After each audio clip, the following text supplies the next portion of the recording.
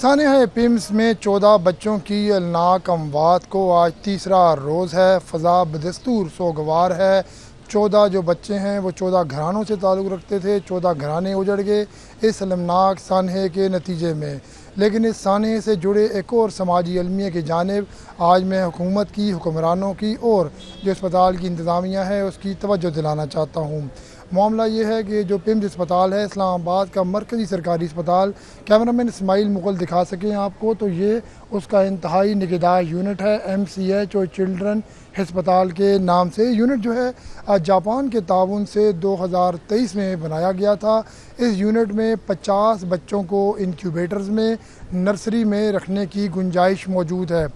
یہ جو المناک حادثہ ہوا اس کے نتیجے میں 15 بچوں کی گنجائش رکھنے والا جو ہال تھا جس میں 15 بچے انکیوبیٹرز کے اندر ہوتے تھے،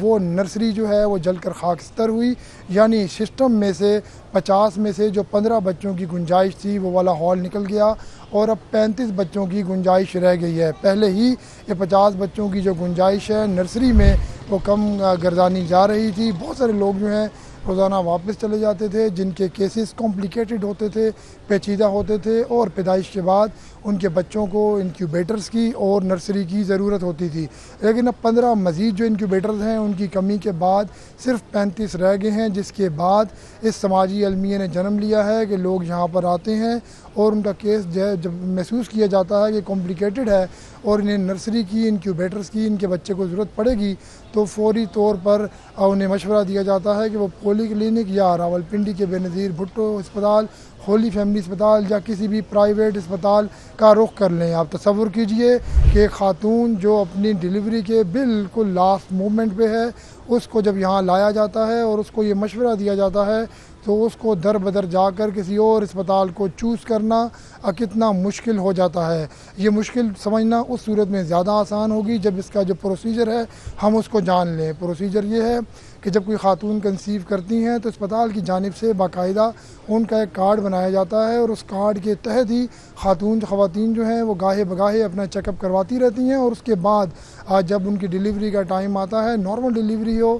یا جو آپریشن میجر سرجری کی ضرورت پڑے، سی سیکشن کی ضرورت پڑے تو یہاں پر ان کے معاملات کی جاتے ہیں۔ اب سوچئے کہ جو خاتون یہاں ڈاکٹر کو مسلسل دکھائی جا رہی ہے اور آخری مومنٹ میں اس کو یہ کہہ دیا جاتا ہے کہ اب نہ اسپتال آپ کا یہ ہے اور نہ ڈاکٹر یہ ہے، آپ نئے سرے سے جو ہے نئے پرائیویٹ میں، سرکاری میں کسی بھی اسپتال میں جائیں۔ خصوصاً یہاں آنے والے جو لوگ ہیں وہ لوئر مڈل کلاس سے تعلق رکھتے ہیں۔ ایسے افراد کا فائنینشیل میٹر بھی جو ہے وہ بھی سامنے آتا ہے، جو ان کے ساتھ پیسوں کے معاملات ہیں، اخراجات کے معاملات ہیں وہ بھی سامنے آتے ہیں۔ لوئر مڈل کلاس کے لوگ ہیں، غریب لوگ ہیں جو سرکاری اسپتال میں آتے ہیں، زیادہ تر